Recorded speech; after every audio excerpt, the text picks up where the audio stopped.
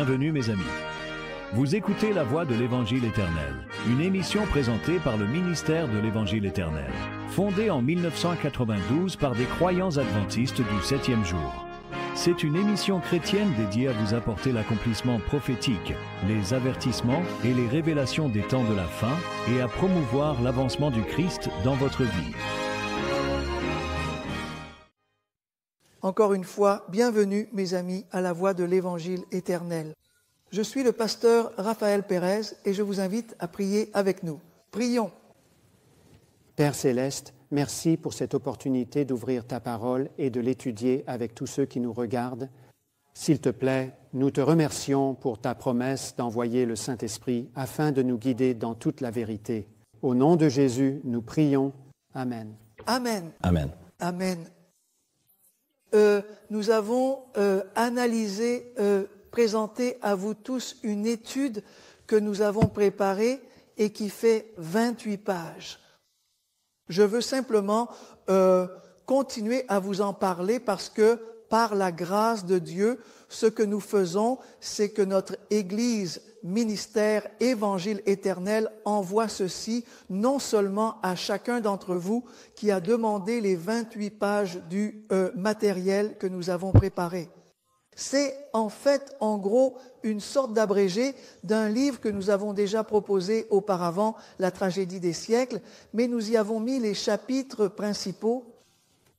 Par exemple, j'ouvre simplement à cette page ici. Laissez-moi voir si peut-être la caméra pourra le montrer. Sur cette page, par exemple, nous étions en train de documenter comment Jésus avait prédit. Je veux dire, Jésus a prédit que nous verrions dans les derniers jours, vous savez, des pandémies, des catastrophes naturelles en divers endroits, et que cela aboutirait à quoi, mon frère, pasteur Barry. J'étais juste à côté de moi ici. Alors que nous voyons toutes ces calamités, et ce chaos, cette violence, et on voit pratiquement tous les jours dans une partie du monde un certain chaos se produire, soit à cause de catastrophes naturelles, soit à cause de choses créées par l'homme, beaucoup de massacres ou de tueries. Vous voyez, tout cela, nous croyons, selon la parole de Dieu, que cela va créer un état. Le changement climatique, Oui. ce qu'on appelle, vous savez, la planète Terre est en train de... d'aller vers un chaos, beaucoup le pensent. Comme le pape François, dont nous parlons souvent dans des émissions comme celle-ci, comment il promeut son encyclique Laudato Si, dans laquelle il a laissé entendre que l'une des façons de contrôler ou d'aider à préserver ce qu'il appelle notre maison commune, qui selon lui arrive à sa fin, serait d'établir quoi ? C'est le jour de repos. Jour de repos. Un jour de repos. D'accord, oui. Les choses vont devenir tellement graves que les gens seront, et même les nations, vont réclamer, il faut que nous revenions à Dieu. Et l'idée qui sera mise en œuvre, c'est une loi nationale pour obliger les gens à garder le soi-disant sabbat chrétien saint, alors qu'en réalité, c'est le fait de ne pas respecter le 7e jour, le sabbat biblique, le sabbat du 7e jour, qui cause surtout dans le climat, ces catastrophes. Et il faut revenir à Dieu. Alors, peut-on dire alors, pasteur Barry, mon frère Patrick, et à tout notre cher public ici présent, que tout cela, c'est la main de l'ennemi qui est derrière tout ça, même si beaucoup de bonnes personnes ne s'en rendent peut-être pas compte. C'est ça que vous essayez de dire? Oui, nous avons la main d'un ennemi, le diable et ses anges, c'est certain, mais la Bible dit dans Éphésiens 6:12, « Nous n'avons pas à lutter contre la chair et le sang, mais contre les principautés, contre les puissances, contre les dominateurs des ténèbres de ce monde, contre la méchanceté spirituelle dans les lieux célestes. » Donc, il est certain que le diable et ses anges agissent en coulisses pour amener les derniers événements du grand conflit. Maintenant, tu as mentionné, frère Patrick, les nations, tu sais, essaient un peu de s'unir pour trouver des solutions à tout cela et c'est une bonne chose. Évidemment, je ne pense pas qu'aucun de nous soit contre cela. Oui. Ce qui est très dangereux, c'est lorsque nous verrons des dirigeants politiques, des puissances, des hommes influents dans le monde, dans la société, s'unir pour essayer de mettre en place des pratiques religieuses dans le but de contrer, d'arrêter toutes ces catastrophes, calamités et violences que nous voyons. Tu as mentionné les nations. Eh bien, ici aussi, nous avons documenté à la page 11, dans ces mêmes 28 pages, nous avons mis de belles photos, non seulement de dirigeants politiques, frère Patrick, de nations, mais aussi de dirigeants religieux de tous horizons, de toutes confessions, sous la direction de François. Incroyable, n'est-ce pas? Je veux dire, ce n'est pas que nous ayons quoi que ce soit contre qui que ce soit. C'est ça. Mais il faut que ce soit clair. Comme le pasteur Barry l'a mentionné à plusieurs reprises, nous n'avons pas de rancune ou aucune Oui. chose envers ou contre qui que ce soit. Nous prions pour les dirigeants. Nous prions pour tout le monde. Oui, oui. Si jamais il y a un moment où nous devons être unis, c'est maintenant. Mais unis en esprit et en vérité. Donc je veux que vous compreniez cela. Nous ne sommes pas, comme beaucoup de gens le croient, contre l'unité. Nous ne sommes pas, comme beaucoup de gens le pensent, ou nous le disent, ou nous écrivent, du genre, mais vous savez quoi, il faut arrêter de prêcher des messages, vous savez, qui donnent l'impression d'être divisifs. Le meilleur exemple que nous ayons pour cela, c'est Jésus. Jésus il travaillait avec son Église autant qu'il le pouvait à son époque. Il œuvrait parmi le peuple. Il prêchait, il enseignait dans le temple. Il priait aussi avec les gens et guérissait. Mais les dirigeants en haut lieu ont commencé à voir Jésus comme une menace. Mais Jésus ne faisait que ce qui devait réellement être fait, et non pas tout ce que les scribes et les pharisiens imposaient avec leurs nombreuses règles rigides. Ils ont commencé à dire que Jésus était source de division. Ils ont même accusé Jésus de pratiquer l'insurrection. Or, Jésus ne pratiquait pas l'insurrection. Jésus ne faisait que prêcher la vérité et il dénonçait les politiques et traditions humaines qui prenaient le pas sur la parole de Dieu.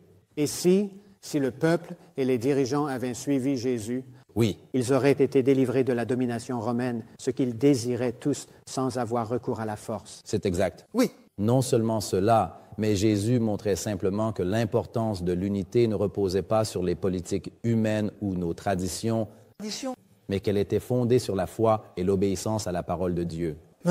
Pas basée sur le Talmage, non, comment ça s'appelle? Le Talmud que les scribes et pharisiens utilisaient.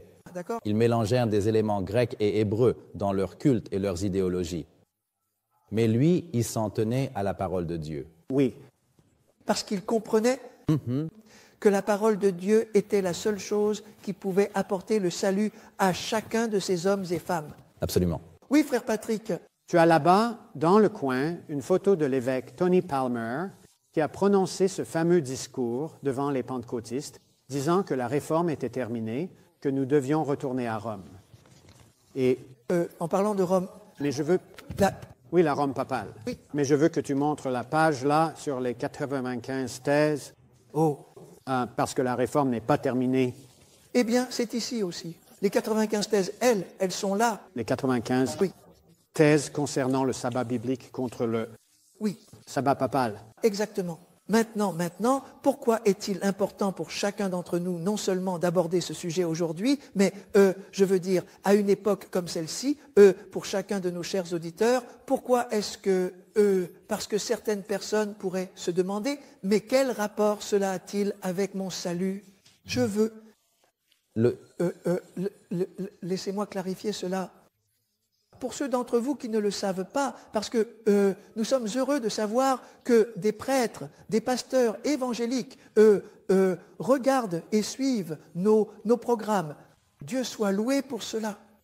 Mais rappelez-vous aussi que la majorité de notre public, que ce soit à la radio, à la télévision ou parmi ceux qui lisent ceci, sont ce que j'appelle très laïcs.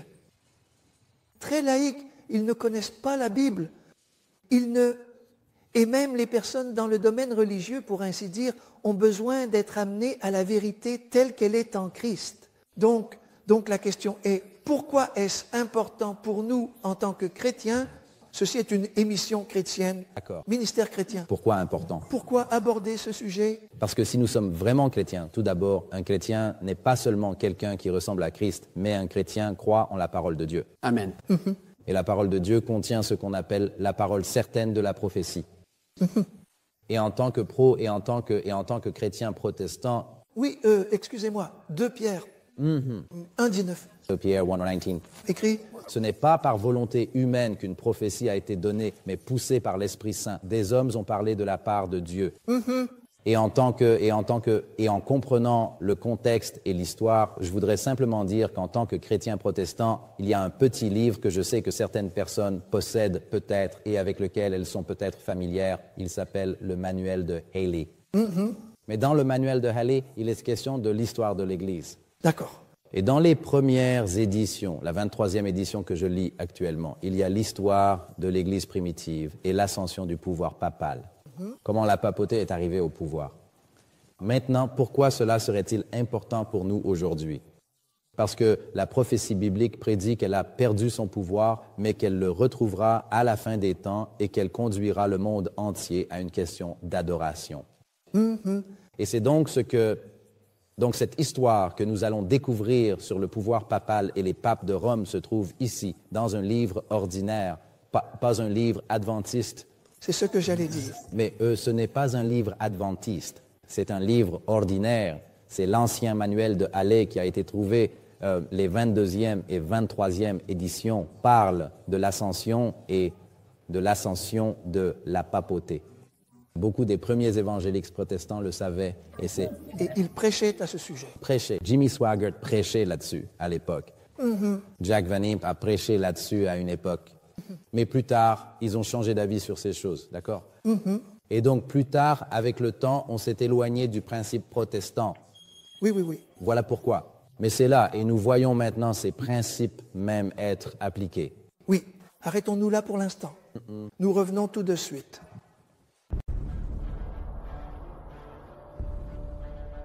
Paul et Jésus prédisent tous deux que l'Église de Dieu deviendra une force opposée à Dieu.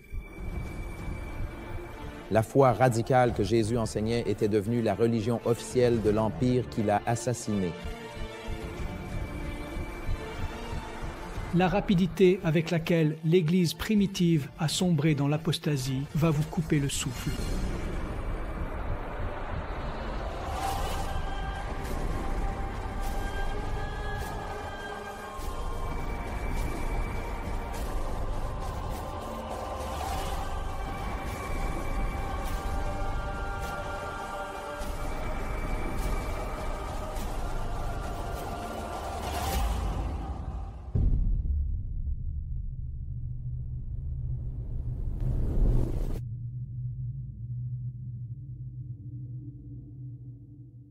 Bon retour parmi nous. Encore une fois, bienvenue.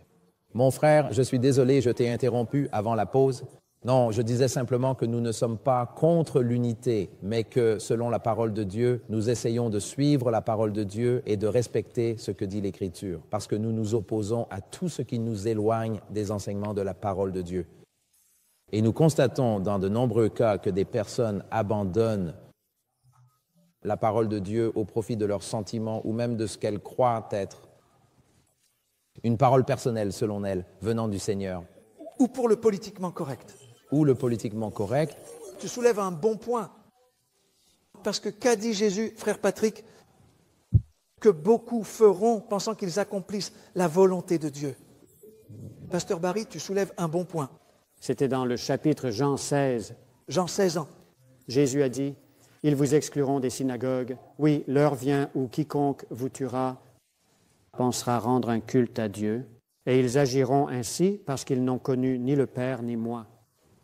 Pouvons-nous approfondir ce point? Oui, Ces paroles de Jésus se sont-elles accomplies à la lettre au cours de l'histoire? cela s'est produit tout au long de l'histoire et c'est pourquoi j'ai évoqué la vie du Christ. Parce que si l'on regarde la vie du Christ, Jésus est le meilleur exemple pour voir comment les hommes ont commencé à le persécuter. Le Christ et les pharisiens, écoutez bien, le Christ et les pharisiens ont dit qu'ils chassaient les démons par le diable. Puis ils se sont retournés et ont dit, lorsque la crucifixion a été évoquée, nous n'avons pas d'autre roi que César. C'est vrai? Et puis, lorsqu'il était sur terre, il a dit, oh, il prétend être le Fils de Dieu. Et donc, ils ont ramassé des pierres pour le lapider. Ils pensaient le lapider, croyant rendre service à Dieu parce que cet homme blasphémait. Alors qu'en réalité, c'est le Messie et il ne blasphème pas. C'est Dieu manifesté dans la chair. Waouh, c'est une tromperie profonde. Oui. Et c'est ainsi que Satan influence l'esprit, même des gens bien. Peux-tu imaginer à quel point cette tromperie sera profonde dans les derniers jours? Oui, parce que l'histoire se répète. Oui, Ecclésiaste 3,15. c'est exact. Prophète Patrick. Mais finalement, le Christ a été crucifié sur la croix. Il a obéi à tous les 10 commandements, y compris le sabbat du 7e jour. Veux-tu le montrer à la caméra pour que les gens le voient? Oui, vas-y. D'accord, parfait. Et donc ils l'ont crucifié sans savoir, pensant qu'il rendait un service à Dieu. Mais c'est parce qu'ils ne connaissaient ni le Père ni Jésus, comme il l'avait prédit. Maintenant que tu as mis les 10 commandements là-dedans, Version complète. qu'est-ce que tu veux dire? Que veux-tu dire par version complète? Eh bien, le 4e commandement ici est complet. Le 4e commandement, le 2e commandement en entier. Et ceci, pas juste la version abrégée où tu ne vois qu'une phrase. Vous voyez toute la chose. Tu souviens-toi du jour du sabbat? Le vrai jour du sabbat. Maintenant, peux-tu le laisser là-dedans? Laisse-moi juste poser une question rapide au pasteur Barry. Tu as dit que tout au long de l'histoire et encore aujourd'hui, il faut faire attention parce qu'il pourrait faire des choses en pensant que c'est bien. Oui. Nous avons un terme ici en anglais qui dit que beaucoup de gens veulent aussi être politiquement corrects. Oui, politiquement correct. Droite. Oui. Peut-on penser, et maintenant que le père Patrick a cela en main, qu'il y a eu une époque au début du christianisme, pas l'Église apostolique, mais vers l'an 300 environ, où il y a eu une union.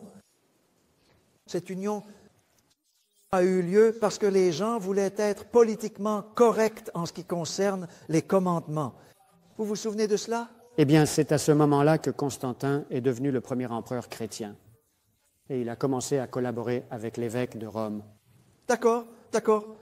C'était vers 3 heures et plus tard, il a instauré une journée de culte qu'il considérait. D'un point de vue politique, il essayait de réfléchir à la manière de réunir le monde païen de l'adoration idolâtre avec la question du christianisme. Et il s'est rendu compte que, d'après son expérience passée, lorsqu'il était en guerre, il avait vu le soleil et il avait vu la croix dans le soleil. Il était un adorateur, c'est ça. Il adorait Paul Evictus, n'est-ce pas? Donc, c'était une forme de culte. Alors, il a décidé qu'il pouvait rassembler tout le monde autour de la question de l'unité environnementale. D'accord, l'unité environnementale, c'est bien ça, il doit le répéter, n'est-ce pas? Il menait un travail environnemental. Il voulait une unité environnementale et cette unité environnementale impliquait l'adoration du soleil. Et donc, il a introduit le dimanche. Aujourd'hui, si vous étudiez cela attentivement, cela remonte à l'époque d'Élie, car la Bible dit qu'il n'y a rien de nouveau sous le soleil. La question du changement climatique était déjà un enjeu à l'époque d'Élie lorsqu'il a été confronté à Achab et Jézabel. Parce qu'il faisait face à un changement climatique, il subissait une sécheresse, parce qu'Élie avait prédit qu'il n'y aurait ni pluie ni rosée. La pluie concerne le climat. Donc, il y a un climat. Toute la terre, la Bible dit dans 1 Roi, toute la terre était dans le chaos à cette époque. Oui, c'est exact. Allez-y. Donc, il y a un changement climatique, mais le changement climatique, c'est l'adoration de l'environnement. Qu'est-ce qui a provoqué le changement climatique à l'époque d'Élie? À l'époque d'Élie, le changement climatique était causé par... L'apostasie qui avait eu lieu, l'apostasie, pardonnez-moi. Oui, Élie l'a dit. Ne m'en veux pas, Achab, 1 Roi 17, 18. Parce que c'était Dieu.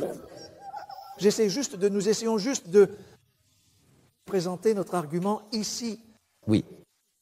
Pour que tu vois que ce qui s'est passé à l'époque se passe maintenant. C'est vrai. Ça va se reproduire, rien n'est nouveau. Aujourd'hui, nous avons l'adoration de l'environnement et le changement climatique qui nous font face. Parce que c'était la même chose.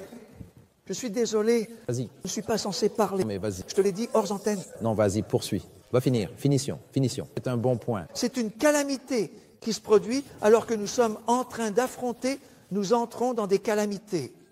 Oui. Et malheureusement, il faut le dire, nous allons entrer en guerre. Nous allons continuer à voir des catastrophes. L'Écriture dit dans Romains 15, 4, « Tout ce qui a été écrit d'avance l'a été pour notre instruction. Ainsi, par la patience et la consolation des Écritures, nous possédons l'espérance. Qu'est-ce que nous pouvons apprendre? Nous observons actuellement une situation avec la peste 1.9. Très bien, avec la peste 1.9, qu'observons-nous? Nous observons maintenant la même chose qui s'est produite à l'époque de Joseph lorsque l'économie a été affectée par la soi-disant peste, au point où les gens ont commencé à perdre et finalement le peuple a perdu le contrôle de ses biens privés. La famine. La famine, oui. Je n'ai pas du tout fini avec ça. Cette famine. Revenons à cela. Faites la famine. Ils ont perdu le contrôle de leurs biens privés. Faites la famine. Ils en sont arrivés au point où ils ont dû devenir esclaves. Ils ont dû se vendre à Pharaon. C'est ça. Ce que nous voyons avec cela, c'est que nous assistons à la façon dont l'économie mondiale est sur le point d'être complètement réinitialisée. Au point où il n'y aura finalement plus que des riches et des pauvres, mais il n'y aura plus de classe moyenne et les gens ne posséderont finalement plus rien. Waouh! La raison pour laquelle je veux revenir là-dessus. Parce que c'est ce qui s'est passé à l'époque de Joseph. Qu'est-ce que les gens possédaient? À l'époque d'Élie. Oui. Revenons en arrière. Élie et Joseph sont en parallèle parce que nous avons eu le COVID, puis nous avons la question de l'environnement. C'est ça. Et c'est l'environnement qui a tout changé. Aujourd'hui, nous avons la pandémie. Nous avons les problèmes environnementaux. Nous avons des gens qui cherchent à trouver des solutions à travers le politiquement correct. À cette époque, la Bible dit, et d'abord il est écrit, je ne veux pas vous ennuyer en lisant trop, mais il y avait encore, laissez-moi vous demander, peut-on trouver un mouvement œcuménique à cette époque aussi? Oui, on peut. De quelle manière? Les prophètes de Baal. Les prophètes de Baal, ils étaient 450, se sont rassemblés. Exactement. Et ils s'étaient unifiés pour un culte environnemental, dans l'espoir justement d'essayer de plaire aux dieux et de changer le climat afin d'obtenir de la pluie. Mais le vrai problème arrivait. Ce problème arrivait-il, frère Patrick, à cause d'Élie? Ou pourquoi? Non, il a dit à Achab, parce qu'Achab l'a appelé, « Tu reviens, le fauteur de troubles d'Israël ?» Et Élie a répondu, « Ce n'est pas moi, c'est toi, parce que tu as transgressé les commandements de Dieu. » C'est parti. Il y avait un problème, mes amis. À cette époque, le peuple était tellement trompé, pensant qu'il agissait pour plaire à Dieu. Et au lieu d'aller à la parole de Dieu, au lieu d'écouter le prophète Élie et de tourner leur cœur vers Dieu, qu'ont-ils fait? Ils se sont rassemblés, essayant de plaire à Dieu. Je vais le redire. Et combien étaient-ils? 850, le tout quoi? Élie a cru, à un moment donné, qu'il était le seul. Oui. N'est-ce pas qu'il restait un vrai adorateur du vrai Dieu? Amen. D'accord? Maintenant, avons-nous vu cela se produire aujourd'hui? Avons-nous vu cela se produire tout au long de l'histoire? Depuis l'époque de Constantin jusqu'à aujourd'hui, la majorité des gens a été enseignée qu'ils ne comprennent pas pourquoi il y a tant, vous savez, de plus en plus de calamités, de plus en plus de violences, toujours plus. Maintenant, nous voyons la pandémie arriver, de plus en plus de problèmes entre les nations.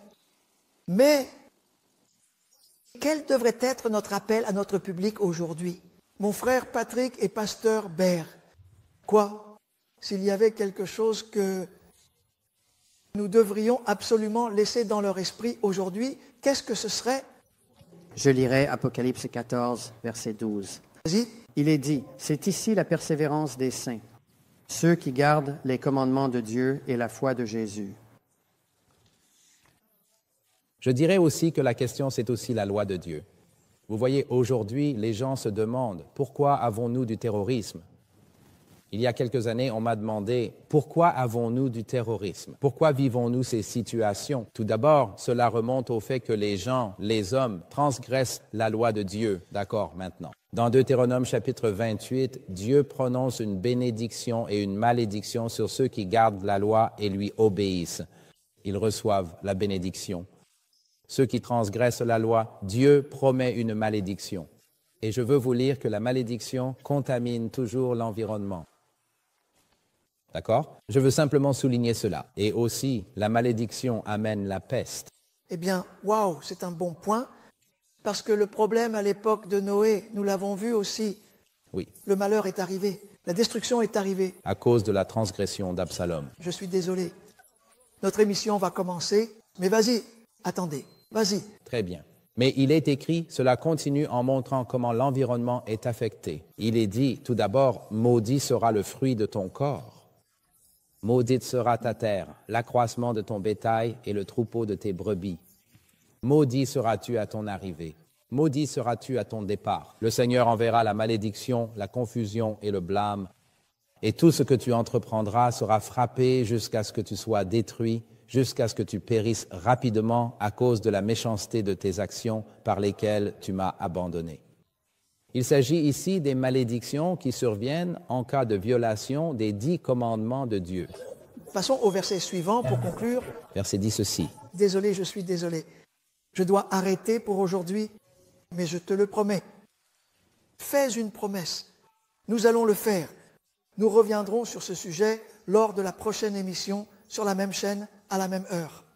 En attendant, considérons cela comme un appel pour nous tous à revenir à la parole de Dieu. Alors, nous trouverons la paix que Jésus a essayé d'enseigner à son peuple en son temps. Que Dieu vous bénisse tous.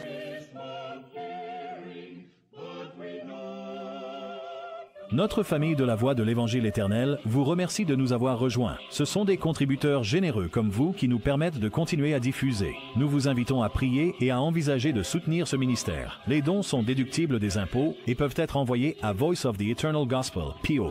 Boîte postale 1538, West Palm Beach, Floride, 33416. Notre numéro de téléphone est 1-866-7000, 1-866-7TH-Day 2. C'est-à-dire 1-866-784-3292. Et notre site web est voiceoftheeternalgospel.com.